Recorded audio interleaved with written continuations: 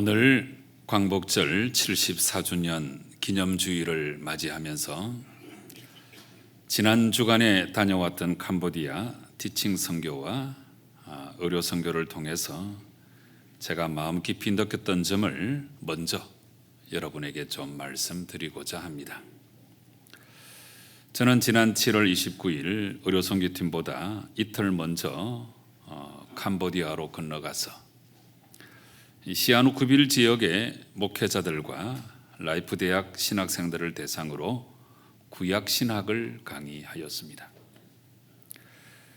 티칭 선교를 할 때마다 느끼는 것입니다만 이 교회와 목회에 있어서 성경보다 더 중요한 것이 없는데 근본에 구약 신학을 강의하면서 정말 큰 은혜가 차고 넘쳤습니다. 그래서 이 일이야말로 현지 지역 교회를 부욕해 하는 일이고 그분들의 목회에 생기를 더하여서 정말 교회를 교회답게 하는 참으로 중요한 사역이다 하는 것을 새삼 느꼈습니다. 저보다 이틀 후에 캄보디아에 들어온 의료 선교팀은 금요일은 쌈농 구미교회를 중심으로 그리고 토요일은 크트마이 섬으로 들어가서 진료를 하였는데 정말 큰 수고를 감당하였습니다. 의료 선교 역시 열악한 캄보디아 상황에서는 그곳 주민들에게 너무나 유익한 진료였고 또 의료 선교와 더불어서 어린이 문화사역 역시도 캄보디아 어린아이들에게 꿈과 소망을 심어주기에 참 충분한 좋은 프로그램이었습니다. 특히 둘째 날 진료했던 크트마이 섬은 들어가고 나오고 하는 것 자체가 몹시 힘든 곳이었고 비가 많이 와서 길이 끊기고 진흙벌 천지였지만 우리 의료 선교팀은 그 열악한 환경 중에서도 오히려 큰 기쁨과 보람을 느끼며 큰 수고를 감당하였습니다. 진료 후에 그곳에 상주하고 계시는 한 의료 선교사님으로부터 온 글을 제가 읽어보았는데 그곳을 찾는 여러 의료 봉사팀들 가운데서 구미교회 우리 팀원들이 가장 인격적이고 가장 친절하고 그래서 그 학교에 있는 간호대 학생들에게도 가장 좋은 인상을 남겼다 하는 이야기를 읽었습니다. 간절히 바라기는 근본 여름에 우리 구미교회가 힘을 합쳐서 감당한 티칭 선교와 의료 선교, 문화 사역들이 정말 아름다운 열매를 많이 맺고 우리처럼 캄보디아도 복음의 왕성한 역사가 일어나서 그 땅도 역시 하나님께서 축복해 주시는 아름다운 땅이 될 수 있기를 간절히 소망합니다. 그런데 이런 우리의 사역과는 또 별개로 제가 며칠 동안 캄보디아 시아누쿠빌 지역에 있으면서 그 땅을 보고 느낀 느낌은 참으로 너무나 가슴이 아팠습니다. 캄보디아는 지금 아주 총체적으로 많은 문제를 안고 있습니다. 우리 선교지로 가려고 하면 수도 푸놈펜에서 비행기를 내려서 남쪽 서남쪽이죠. 서남쪽에 있는 시아누쿠빌까지 차량으로 이동해야 되는데 그런데 작년까지만 해도 한 4-5시간이면 충분히 갈 수 있었는데 올해는 무려 8시간이나 걸렸습니다.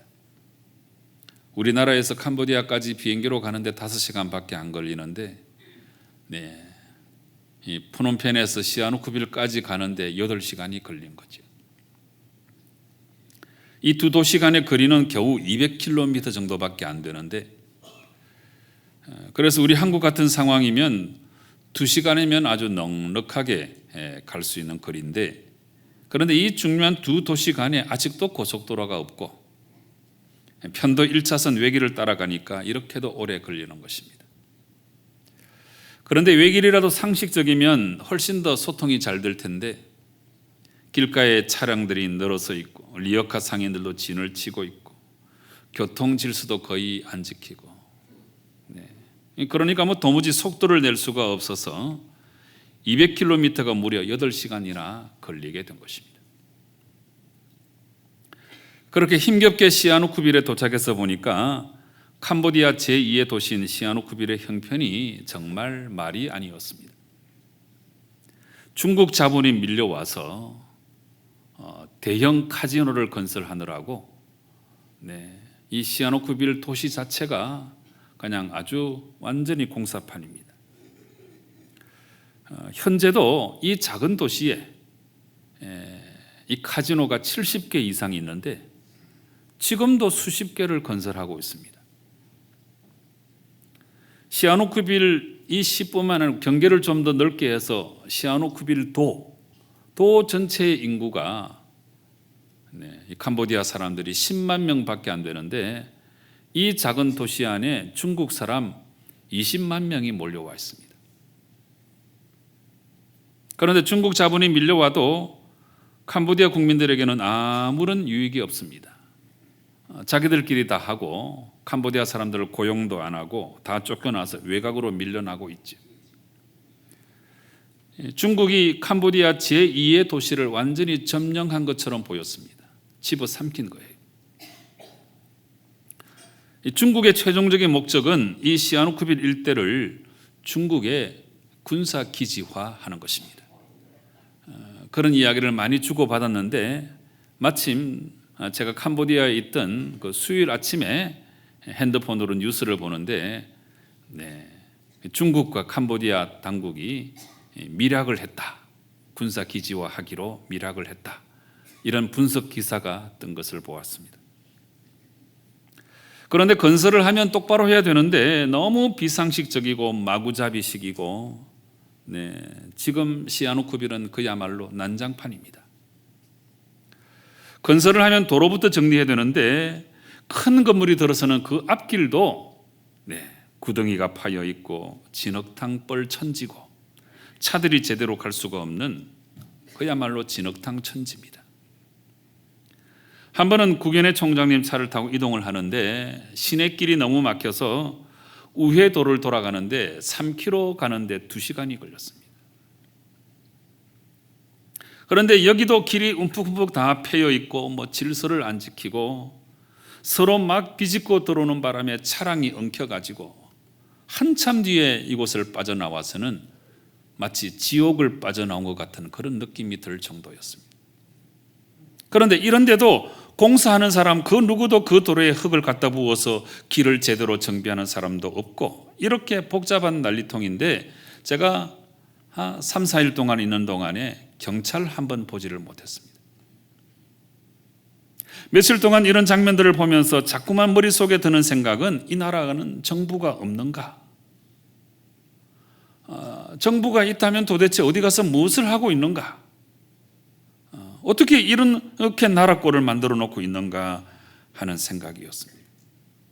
경제 규모는 우리나라의 100분의 1밖에 안 되고 발전하고 있다고 하지만 국민들의 생활은 안타깝게 이럴 데 없습니다. 무엇보다 지금 중국 자본이 무섭게 밀려 들어오는데도 정치하는 사람들이 이걸 정리하거나 규제를 하거나 그런 거 아무 안중에도 없고 자기 배속만 채우고 있는 것이 지금 바로 이 캄보디아의 상황입니다. 오늘 설교 서두에 이렇게 티칭 선교, 어루 선교를 보고 삼아 말씀을 드립니다마는 또 하나 이 말씀을 드리는 이유는 오늘 광복절 기념주일을 맞이하여 우리가 우리나라 대한민국을 정말 바르게 세워나가야 되겠구나 하는 차원에서 이 말씀을 드린 것입니다. 여러분, 한 나라가 바르게 서려고 하면 먼저는 나라의 지도자가 훌륭해야 합니다. 그래서 국민들을 이끌어 나가는 비전이 분명하고 결코 사리사욕에 물들지 말아야 합니다. 그리고 지도자만 훌륭해서는 안 되고 국민들 역시 참 똑똑하고 바르고 정의롭고 상식적이 되어야 합니다. 거기에 더해서 서로 돕고 사랑할 줄 아는 마음도 꼭 갖추고 있어야 되겠지요. 그래서 이렇게 지도자와 국민들이 하나가 되고 민족의 성품 자체가 좀 품격이 있고 상식이 통하고 맑고 깨끗해야 그 나라는 참 아름다운 나라가 되고 모든 사람이 더불어 행복한 나라가 될 수 있는 것입니다. 제가 참 좋아하는 명제가 한 가지 있습니다. 복음에는 국경이 없지만 그리스도인에게는 조국이 있다 하는 문장입니다. 참 중요하지요. 여러분 다시 한번 마음속에 새겨 보시면 좋겠습니다. 복음에는 국경이 없지만 그리스도인에게는 조국이 있습니다. 그래서 이 땅 위에 수많은 나라들이 있지만 오늘 우리를 이 땅에 태어나게 하시고 대한민국 백성으로 삼아 주신 것은 우리를 향하신 하나님의 뜻이 분명히 있다는 것입니다. 그래서 오늘 우리 민족의 구원의 날이라고 할 수 있는 이 8.15 광복절 기념주의를 맞이하면서 특별히 이스라엘 백성의 구원의 날이었던 이 6월절의 의미를 찬찬히 살펴보면서 오늘 우리에게 말씀하시는 하나님의 음성을 듣고자 합니다. 오늘 본문 마지막에 보니까 하나님께서는 6월절을 반드시 지키라 아주 엄중하게 명령하고 계십니다. 6월절을 어떻게 지키는지 앞부분에 충분히 설명하신 다음에 마지막 14절에서 이렇게 말씀하십니다. 너희는 이 날을 기념하여 여호와의 절기를 삼아 영원한 규례로 대대로 지킬지니라. 오늘 말씀은 이 첫 번 6월절 날 하나님께서 직접 말씀해 주신 내용인데 이 첫 번 6월절 이후로도 기회가 있을 때마다 하나님은 이 6월절을 지키라고 아주 분명히 말씀하셨습니다.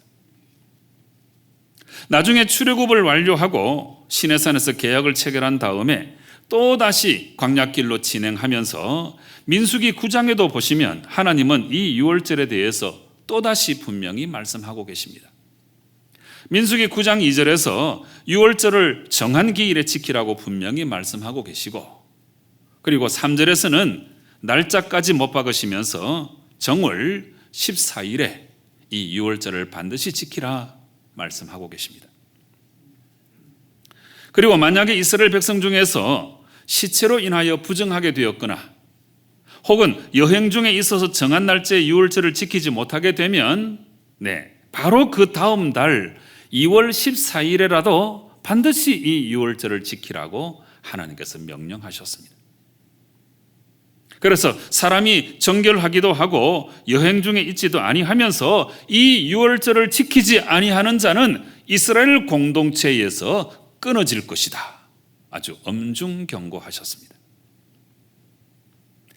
그렇다면 여러분, 과연 6월절은 어떤 절기였기에 하나님은 이렇게도 6월절을 강조하고 계시고 그리고 오늘 본문에서뿐만 아니라 구약 성경 곳곳에서 이 6월절을 반드시 지키라고 명령하고 있는 것이겠습니까? 여러분, 그 이유는 이 6월절이 바로 하나님께서 이스라엘 백성을 구원해 주신 구원의 날이기 때문입니다. 그래서 이 6월절을 지킴으로써 오늘 지금의 우리를 있게 하신 분이 다름이 아니고 바로 우리 주 여호와 하나님이신 것을 너희가 분명히 기억해야 된다 하는 것입니다. 여러분, 6월절을 지킨다는 것은 이렇게도 중요한 의미를 지니고 있습니다. 이 6월절을 통하여 우리의 존재의 근원이 바로 여호와 하나님이신 것을 기억하라 하는 것입니다. 그렇다면 그 첫 번째 6월절이 과연 어떻게 만들어졌는가 하는 것을 여러분과 함께 살펴보고자 합니다. 그 옛날 이스라엘 백성들이 애굽에서 종된 백성으로 살아갈 때에 하나님은 그들의 고역으로 인한 탄식의 소리를 들으시고 그들을 구원해 주시기로 작정하셨습니다. 그렇게 작정하시고 하나님은 모세에게 이렇게 말씀하셨습니다. 출애굽기 3장 7절과 8절 말씀에 여호와께서 이르시되 내가 애굽에 있는 내 백성의 고통을 분명히 보고 그들이 그들의 감독자로 말미암아 부르짖음을 듣고 그 근심을 알고 내가 내려가서 그들을 애굽인의 손에서 건져내고 그들을 그 땅에서 인도하여 아름답고 광대한 땅, 젖과 꿀이 흐르는 땅, 곧 가나안 족속, 헷 족속, 아모리 족속, 브리스 족속, 히위 족속, 여부스 족속의 지방에 데려가려 하노라 말씀하셨습니다. 여러분, 우리가 믿음의 삶을 살아갈 때에 우리 하나님이 얼마나 위대하신 분이신가, 그 하나님의 위대한 행동들에 대해서 우리가 잘 살펴보고 이것을 잘 기억해 두는 것이 필요합니다. 그래야 우리가 하나님의 위대한 행동에 기대어서 우리도 참 위대한 삶을 살아갈 수 있기 때문입니다. 이 출애굽기 3장 7절과 8절 말씀에도 참으로 위대한 하나님의 행동들이 많이 등장하고 있는데, 첫째로 7절 말씀, 내가 애굽에 있는 내 백성의 고통을 분명히 보고 그랬습니다. 그렇습니다. 하나님은 이렇게 우리의 고통과 아픔을 분명히 바라보고 계시는 분입니다. 둘째로 그들이 그들의 감독자로 말미암아 부르짖음을 듣고 그랬습니다. 우리 하나님은 우리의 안타까운 탄식과 호소를 귀담아 들으시는 하나님이십니다. 셋째로 그 근심을 알고 그랬습니다. 우리 하나님은 우리의 형편들을 속속들이 다 알고 계시고 참으로 우리를 깊이 공감해 주시는 하나님이십니다. 넷째로 내가 내려가서 이렇게 말씀하십니다. 하나님은 우리를 향하여 올라오라고만 말씀하시지 아니하시고 하나님이 친히 우리 가운데 내려오시고 우리를 찾아오시는 하나님이십니다. 다섯 번째로 그들을 애굽인의 손에서 건져내고 그랬습니다. 진실로 우리 하나님은 우리를 그 모든 죄악과 고통 가운데 건져내 주시는 하나님이십니다. 여섯 번째로 그들을 그 땅에서 인도하여 아름답고 광대한 땅, 젖과 꿀이 흐르는 땅에 데려가려 하노라 말씀하십니다. 우리 하나님은 이렇게 우리를 날마다 인도하시고 마지막에는 저 천국까지 우리를 데려가시는 하나님이십니다. 여러분 참으로 놀랍지 않습니까? 출애굽을 준비하시면서 하나님은 출애굽기 3장 7절과 8절 단 2절 말씀 가운데서 이렇게도 놀라운 말씀을 주고 계시는 것입니다. 이 짧은 2절 말씀 가운데 하나님의 위대한 행동을 알려주시는 표현이 모두 6개나 등장하고 있습니다. 우리를 보시는 하나님, 우리를 들으시는 하나님, 우리를 아시는 하나님, 우리에게 내려오시는 하나님, 우리를 건져내시는 하나님, 우리를 인도하시고 구원하시는 하나님. 사랑하는 성도 여러분, 아무리 힘들고 어려워도 눈물이 앞을 가려도 이 하나님의 위대한 행동들을 기억하시고 그 위대한 하나님께서 나를 도와주시고 나를 회복시켜 주시고 나를 살려주실 줄로 믿고 용기 백배하게 여러분의 삶을 살아갈 수 있기를 간절히 바랍니다. 그래서 결국에 하나님은 이렇게 6가지의 위대한 행동을 통하여서 이스라엘 백성들을 그 모진 애굽의 압제로부터 구원해 내시기로 작정하셨습니다. 그런데 이스라엘 백성을 해방시키려고 하실 때에 애굽의 바로 왕이 이것을 순순히 받아들이지 않았습니다. 그래서 하나님은 강팍해진 이 바로 왕의 마음을 돌이키고 이스라엘 백성들을 놓아주게 하기 위해서 마침내 10가지 재앙으로 애굽을 치셨습니다. 여러분, 그 10가지 재앙은 하나하나가 다 위대하신 하나님의 행동을 말해주는 것인데, 그렇지만 그 중에서도 마지막 재앙은 이 애굽 땅의 모든 장자가 다 죽어나가는 아주 무서운 재앙이었습니다. 그래서 이 애굽 땅에서 처음 난 것은 왕위에 앉은 바로의 장자로부터 맷돌 뒤에 앉아있는 몸종의 장자까지와 그리고 모든 가축에 처음 난 것까지 다 죽어나가는 무서운 재앙이었습니다. 그러나 이런 무서운 재앙을 베풀기 전에 하나님은 이스라엘 백성들은 그 재앙으로부터 구별해 내셨습니다. 이게 바로 은혜죠. 이게 하나님의 사랑이죠. 그래서 하나님께서는 이스라엘 백성들로 하여금 어린 양을 잡아 피를 준비하게 하셨습니다. 그리고 그 피를 자기들이 사는 집 좌우 문술주와 임방에 바르게 하셨습니다. 오늘 본문의 첫 번 6절을 설명하시면서 하나님은 이렇게 명령하십니다. 5절부터 7절까지의 말씀을 보시기 바랍니다. 너희 어린 양은 흠없고 1년 된 수컷으로 하되 양이나 염소 중에서 취하고 이달 19날까지 간직하였다가 해질 때에 이스라엘 회중이 그 양을 잡고 그 피를 양을 먹을 집 좌우 문설주와 임방에 바르고 이렇게 명령하고 계십니다. 여기 나오는 이 문설주는 출입문의 양쪽 기둥을 말하는 것입니다. 그리고 이 기둥 위에 가로대를 놓아서 이렇게 문을 만들잖아요. 이게 바로 임방인 거지요. 그래서 하나님께서는 이 출입구 전체를 어린 양의 피를 바르도록 명령을 하신 것입니다. 그리고 나서 바로 그날 밤에 하나님께서는 애굽 땅에 모든 처음 난 것을 죽음으로 치셨습니다. 그러니까 그날 밤에 하나님께서는 애굽 땅에서 모든 처음 난 것, 곧 왕위에 앉은 바로의 장자와 옥에 갇힌 사람의 장자까지와 가축의 처음 난 것까지 다 죽음으로 치신 것입니다. 이 재앙으로 말미암아 그날 밤에 바로와 모든 신하들과 모든 애굽 사람이 다 일어나고 애굽 전역에 큰 곡소리가 일어났는데, 이것은 그 나라에 죽임을 당하지 아니한 집이 하나도 없기 때문이었습니다. 그런데 놀랍게도 이렇게 애굽 땅의 모든 장자를 죽음으로 치실 때에 하나님께서는 특별히 이스라엘 백성의 집은 그냥 넘어가셨습니다. 그 이유는 희생당한 이 어린 양의 그 피를 보시고 하나님은 이스라엘에게는 그 죽음의 재앙을 내리지 아니하시고 그냥 넘어가신 것이었습니다. 그래서 이렇게 죽음의 재앙이 그냥 넘어갔다고 해서 이 절기가 바로 패스오버, 유월절이라고 이름을 붙이게 된 것입니다. 여러분, 지금까지 설명드린 이 모든 것이 이 첫 번 유월절의 유래가 되겠습니다. 그런데 이 출애굽 사건 이후로 이제 하나님은 시마다 때마다 이스라엘 백성들로 하여금 이 유월절을 지키도록 분명하게 명령하셨습니다. 여러분, 지금까지 설명드린 이 유월절을 가만히 생각해 보시면 유월절은 어떤 날입니까? 네, 유월절은 한마디로 말하면 이스라엘 백성의 구원의 날이었습니다. 구원의 날.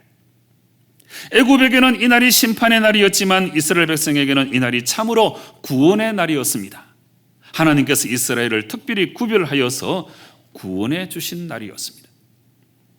그러므로 하나님께서 유월절을 대대로 지키라고 명령하시는 것은 바로 이 날이 하나님께서 허락하신 민족 구원의 날임을 분명히 기억해 두라 하는 뜻이었습니다.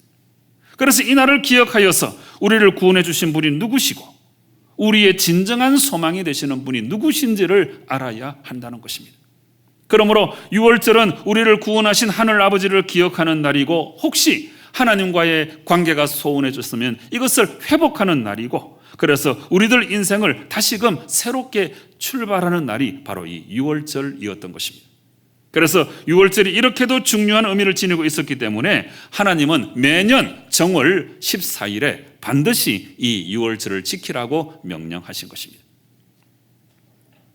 사랑하는 성도 여러분, 오늘 우리 민족에게도 하나님이 구원해 주신 우리 민족의 유월절이 있습니다.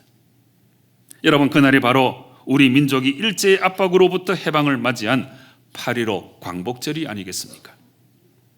사랑하는 성도 여러분, 이스라엘 백성을 사랑하시는 하나님은 오늘 우리 민족도 크게 사랑하시는 줄로 분명히 믿습니다.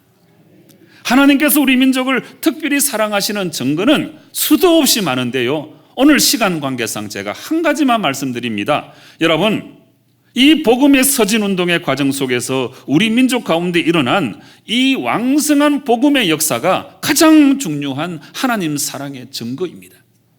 여러분, 이런 복음의 흥황은 세계 어느 나라에서도 유래를 찾아볼 수가 없는 대단한 역사입니다. 그러므로 바로 이것은 하나님께서 우리 민족을 사랑하시는 가장 중요하고도 확실한 증거가 되는 것입니다. 그러므로 사랑하는 성도 여러분, 이제 오늘 우리는 오늘 말씀을 통해서 한 가지 중요한 것을 깨달아야 합니다. 그것은 하나님은 우리 민족이 어려울 때마다 도와주시고 인도해 주셔서 오늘에 이르게 하셨는데, 그래서 이 8.15 광복절은 하나님께서 우리 민족에게 참으로 크신 은혜로 베풀어 주신 우리 민족의 유월절이 된다는 사실입니다. 그러므로 오늘 우리는 8.15 광복절 기념 예배를 드리면서 참으로 놀라운 민족의 해방을 허락하신 하나님께 먼저 진정으로 감사할 줄 알아야 하는 것입니다. 그리고 이 광복의 날, 이 민족의 유월절을 허락하신 하나님의 뜻, 왜 우리에게 이런 은혜를 허락하셨을까? 그 하나님의 뜻을 우리가 마음 깊이 깨닫고 이제 그 하나님의 뜻을 따라서 우리가 새롭게 출발할 수 있어야 하는 것입니다. 그렇다면 여러분, 오늘날 우리 민족을 향하신 우리 하늘 아버지의 뜻은 과연 무엇이겠습니까? 그것은 오늘 제가 설교의 제목으로 삼았습니다마는 내 백성아 거기서 나오라 하는 것입니다. 출애굽은 다름이 아니고 애굽에서 나오는 것입니다. 이게 출애굽이죠. 그래서 이스라엘 백성들에게 애굽에서 나오라고 말씀하시는 것처럼 오늘날 하나님은 우리를 향해서도 내 백성아 거기서 나오라 말씀하시는 것입니다. 여러분, 우리가 탈출해야 될, 우리가 나와야 될 것이 아직도 여전히 우리를 옥죄고 있습니다. 가장 먼저는 우리 민족이 어서 빨리 이념으로부터 나와야 돼요. 너무 진보적인 모습들, 너무 보수적인 모습들. 여러분, 이 이념에 사로잡히면 상식적이 되지 못합니다. 옳고 그른 것을 분간하지 못해요. 이념이 이념을 또 사로잡는 것이거든요. 이 계명천지에 상식적으로만 생각해도 모든 것이 다 판명이 나는데, 이념에 사로잡혀서, 자기 당략에 사로잡혀서 엉뚱한 것을 추구하고 민족을 도탄에 빠뜨리는 이 안타까운 역사는 다시는 우리 앞에 있어서는 안 될 것입니다. 이념으로부터 나와야 되고, 그 다음에 이기적 욕심으로부터 나와야 돼요. 정말 진정한 보수는 나라를 보수해야지 나를 보수하면 안 되는 거잖아요. 근데 우리나라의 보수는 다른 사람을 보수하거나 민족을 보수하지 아니하고 자기를 보수하는 특징이 있어요. 이런 이기적 욕심으로부터 나와야 돼요. 이 세상 죄악과 쾌락으로부터 나와야 돼요. 하나님께서는 정결하지 않은 민족을 사용하시는 법이 없습니다. 하나님께서 사용하시는 나라는 다 깨끗하고 성결한 민족이에요. 우리 민족이 너무 신명이 많아서 이 죄라고 하는 것은 재미로부터 오는 것이니까 우리가 너무 심하게 죄악과 쾌락 속에 빠져 있는 것은 아닌가 걱정이 많이 되는데요. 내 백성아, 거기서 나오라. 죄악으로부터 나와야 하는 것입니다. 뿐만 아니라 우리 민족이 지금 이만큼 이루고 있는 것은 대단한 거죠. 이제 뭘 했다 그러면 한 10등 정도는 하는 나라가 됐는데, 그런데 여러분, 절대로 이것이 우리 힘만으로 이룬 것이 아님을 우리가 알아야 돼요. 우리가 이루었다고 교만하고 거드름을 피우고 이런 악한 교만으로부터 우리가 나와야 돼요.